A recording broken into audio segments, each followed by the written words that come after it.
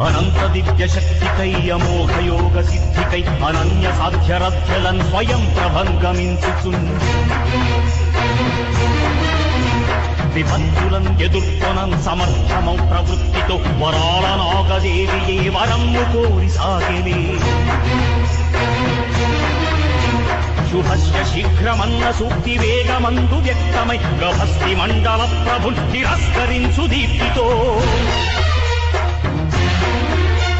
క్షణ క్షణ ప్రవృత్తిత ప్రభంజనాంతరంగయై ప్రపంచ శాంతి జ్యోతికై ప్రచోదనల్ వహించలే